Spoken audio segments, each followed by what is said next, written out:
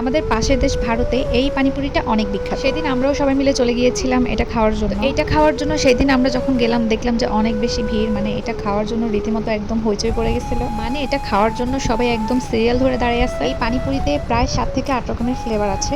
এগুলোর মধ্যে আমি সবথেকে যেটা পছন্দ করি সেটা হচ্ছে জলজিরা এবং বোম্বাই।